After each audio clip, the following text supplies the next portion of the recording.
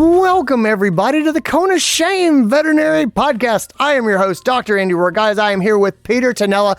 He's a business lawyer, and we are talking about when veterinarians or practice owners, they don't have to be veterinarians, when practice owners decide to sell their practice and then the deal falls apart. Who gets hurt? How do they get hurt? And how do we make it so that this is not as likely to happen? And how do we protect ourselves knowing that nothing's ever final until all the paperwork is signed? If you're like, I like to see how the sausage is made, I like to know what's happening with our industry and the interface between independent practices and corporate practices and corporate consolidators, then this episode is for you. Anyway, I really enjoy it. Peter's a lot of fun. I fire lots of questions at him about how does this actually happen and how do we protect ourselves? And it's fun. Anyway, I hope you guys will like it a lot. Let's get into this episode. This is your show. We're glad you're here. We want to help you in your veterinary career. Welcome to the Cone of Shame with Dr. Andy Roark. Welcome to the podcast, Peter Tanella. Thanks for being here. Thanks for having me, Dr. Roark. Man, it is my pleasure. So you and I are just meeting. You are the chair of the National Vet Law Group at Mandelbaum Barrett. You are a business lawyer. I became aware of you because you have a column called Legal Issues in Today's Veterinary Business. And so you and I are just getting to talk for the first time. I want to ask you about this. So you wrote a column that I was really intrigued by. It's called How to Avoid a Messy Separation, which, by the way, great title to get people to be like, what is this? And so I jumped right in. I'm really interested in sort of in corporate consolidation in vet practice. I am interested in how corporate consolidation interfaces with veterinarians' own practices. And your article spoke to that. So when you talk about a messy separation, you were talking about practice owners and selling practices.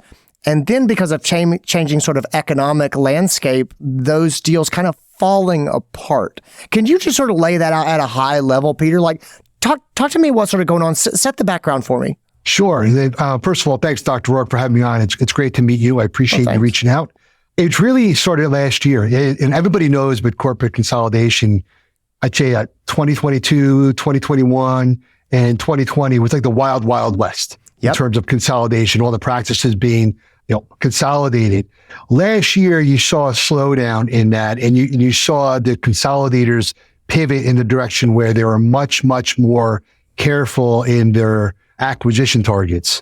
And specifically, they would spend a lot more time doing diligence leading up to the overall closing. And we had one deal in particular where this issue came up, where our client had done everything and was ready to close. And about 48 hours from the closing date, the buyer just put their pencil down and said, we're not buying. And they had no reason, no good cause to terminate negotiations. They just walked away from the deal. So you step back, these deals and understanding how they work.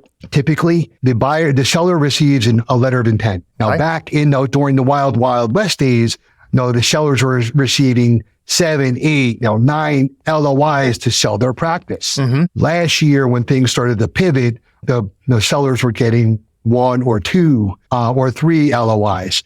You pick an LOI, you negotiate that LOI, and it's a non-binding document. So it doesn't bind either party to do the deal, except there's an exclusivity provision in that LOI that will bind the seller for a period of time so that the buyer can do their due diligence and really look under the hood of the practice to see, is this something I want to buy?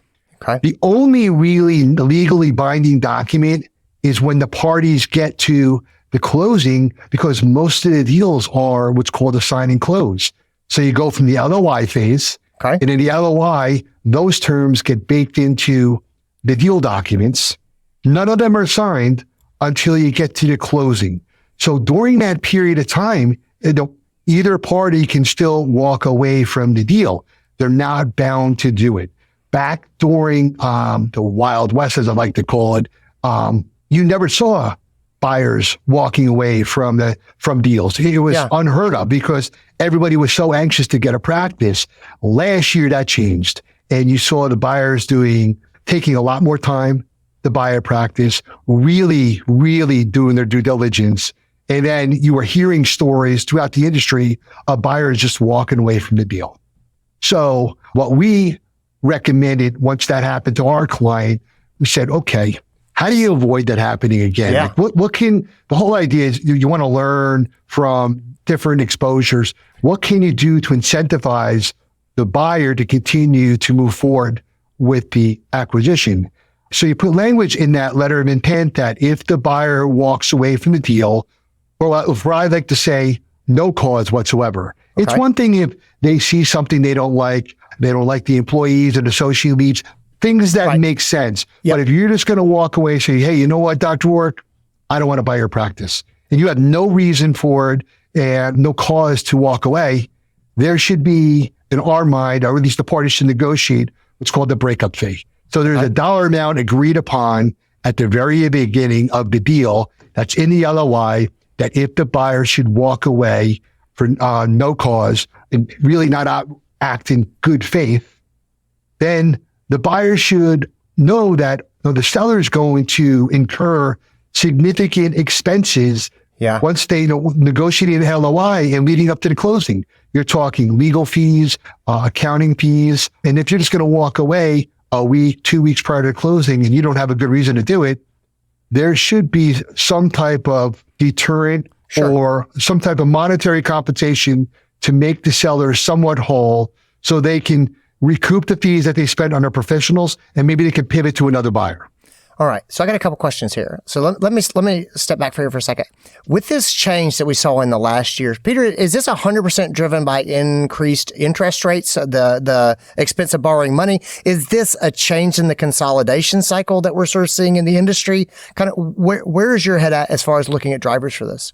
We're just as interested in what's going on in the market as everybody else. So I'm always reading, attending webinars to learn what the market is doing.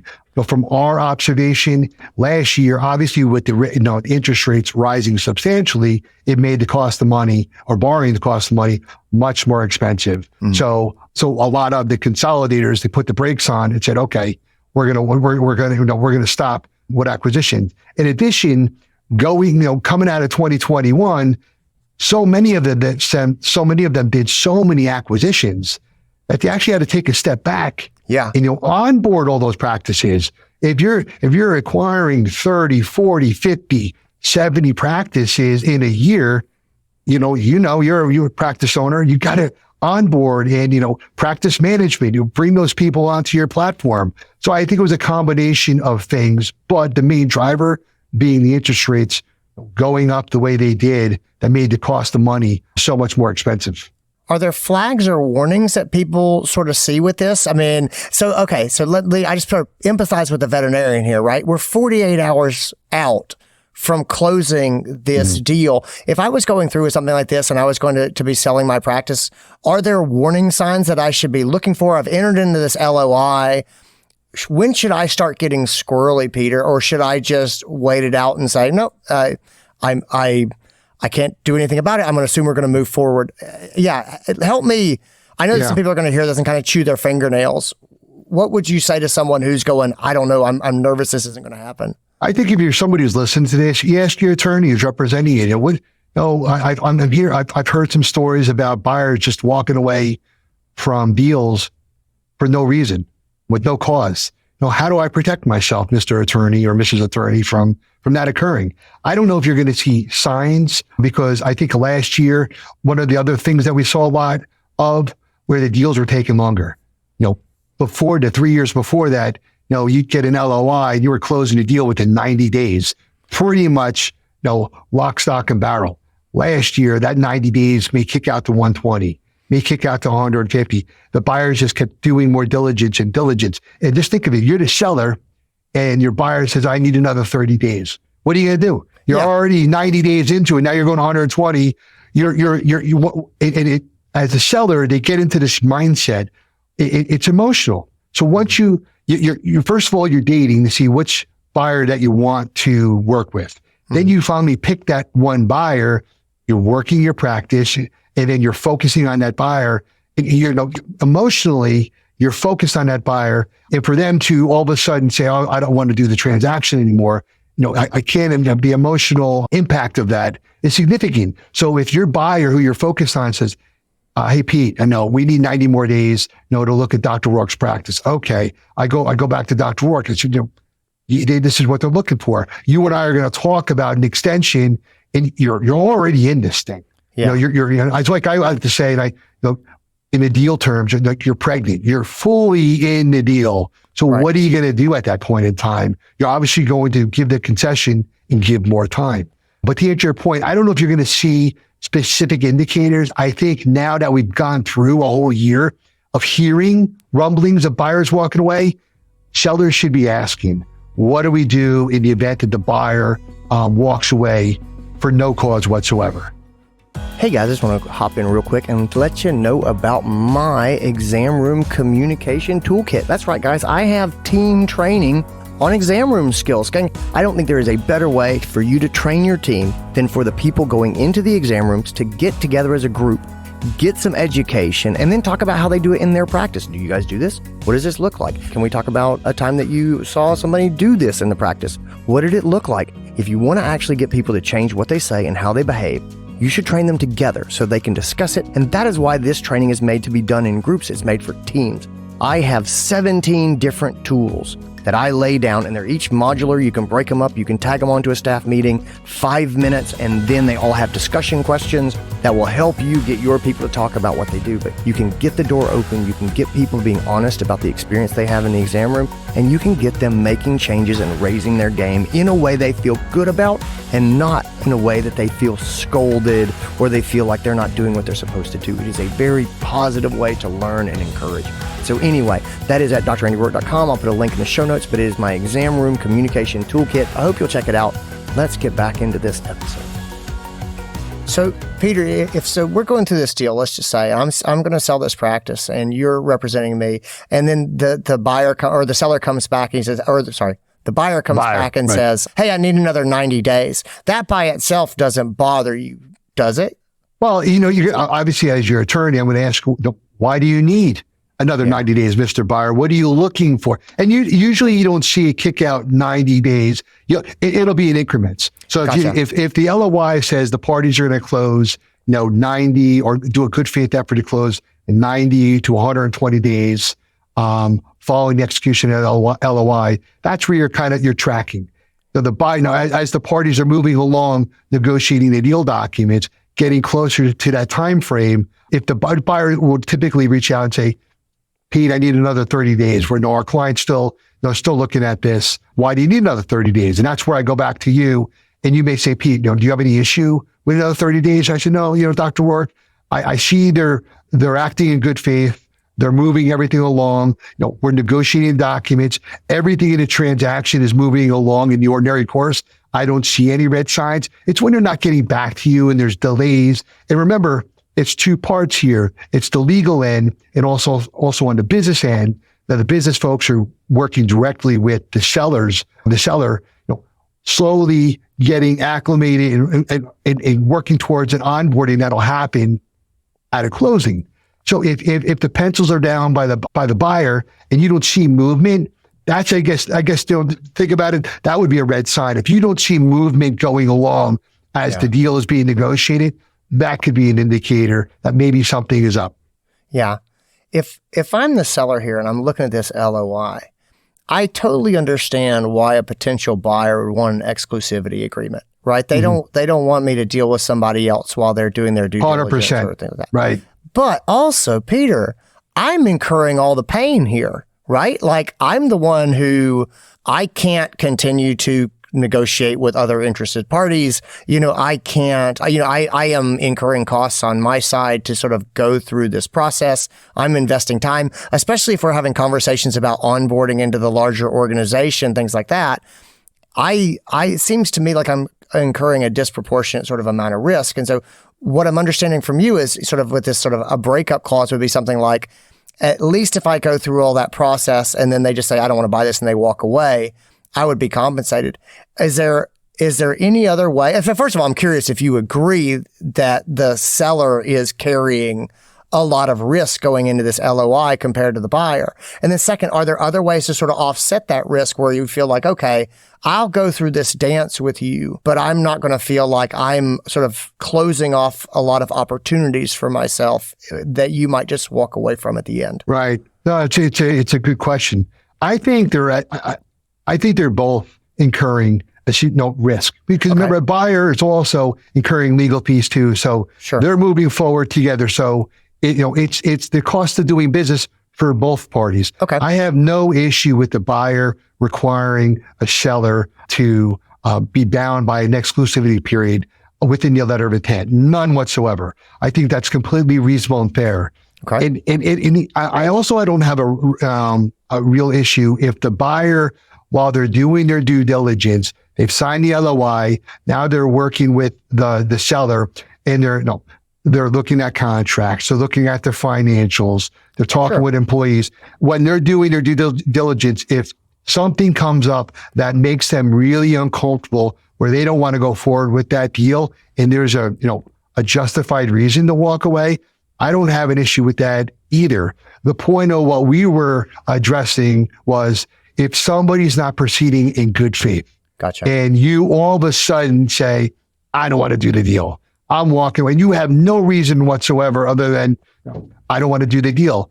That's, in my mind, to your point, that's not fair to the seller, because they were operating in good faith. They're giving you all the information. If the financials check out, if the employees check out, everything checks the box, and the buyer should want to go forward and do that acquisition. Or that's why at the beginning you had that conversation saying, what if we're doing this deal and you, buyer, all of a sudden aren't interested in doing the deal a week or 2 weeks out from the closing, and you don't give any reason to my client. You think that's fair that my client should incur X amount of dollars in professional fees? And see what they, I'd like to hear that answer. And we've been successful negotiating a breakup fee within that LOI. And in the buyer, if you think about it, if you're the buyer's mindset, it shouldn't really be an issue for the buyer, because so long as the buyer proceeds in good faith and is, doesn't find any issues and goes through with the closing, that breakup fee doesn't come into effect. It's only when you say, hey, I'm not doing the deal, and you have no valid reason to walk away. That's the only time it would come into effect. That makes sense. Are there ways that I, as the seller, should behave that, just given the fact that, nothing's guaranteed, like nothing's done until all the paperwork is signed? Are there behaviors that you have seen practice owners who are selling make that have damaged them or made it so that deals falling apart were extra painful? Are there things, I'm thinking about the way that I either continue to run my business or the way that I continue to talk to my staff. Are there things like that that are just sort of best practices going, nothing's done until we sign the paperwork? How would you advise me in that regard? All right. So obviously the buyer has an interest in your practice because you're doing something right. Right. I would say continue to operate the practice in the ordinary course. Don't make any changes. Continue to do what you've been doing, because obviously that's interest the buyer. And so long as you continue to do that, there shouldn't be any issues in that regard. And then I would also say that I always like to say to clients, one of the biggest things that kills deals is time. So when you're an attorney, my job is to get the deal done for, the client. You want to be a deal maker, not a deal breaker. So time kills deals. What do I mean by that? If you're when I have a client who comes on board, is looking to sell, we talk initially, and I want to make sure they have the right mindset, saying, okay, we're going to go through this process. Who am I going to be dealing with? Am I going to be dealing with you, Dr. Roark? Am I going to be dealing with your practice manager? Am I going to be dealing with some other member of the team? Who are we going to be dealing with? Because I want to set the tone for the deal and saying there's going to be a lot of moving parts here. And in order for us to be successful together, I need you or your practice manager or somebody on that team to be available to us, because the buyer, rightfully so, is going to be asking for a lot of information. And to your point, what can you avoid in order for a deal not to go sideways? You as a seller want to have that information readily available so there are no time delays. So as the days go, each day is going by and the buyer's asking you for this or you're asking for that, where you're working with your counsel to try to get if I got to wait till the weekend while you're not working to get that information. I mean, I'm not saying it's a problem, but it's a delay. Yeah. And that delay in the time, you got a buyer who's interested in your practice. Let's go. Let's move the deal. That's how you want to move it along. That totally makes sense. Peter Tanella, where can people find you if they have questions about their own practice? Where could they reach out to you? Thanks, Dr. Roark. We can be found on our website. It's www.mbLawFirm.com. And we're also, we typically exhibit at the Western Vet Conference and we exhibit at VMX Conference on an annual basis. So our next stop will be out in Western later this month. Looking forward to it. Cool. Well, thank you so much for being here. Guys, thanks for tuning in and listening. Take care of yourselves, everybody. And that's what I got for you. Guys, thanks for being here. Thanks to Peter for making time for us. Gang, I hope you enjoyed it. If you're still listening at this point, then you are a certifiable business nerd like me. So welcome aboard. Anyway, I'll also say, if you are a certifiable business nerd and you're like, that was great, I invite you to check out my other podcast. It's called the Uncharted Veterinary Podcast, and it is all business nerd stuff. That is all we do over there. So anyway, if you're not familiar with Uncharted Podcast or Uncharted Veterinary Conference, definitely have a look at that stuff. Anyway, guys, that's enough. Take care of yourselves, everybody. I'll talk to you later. Bye.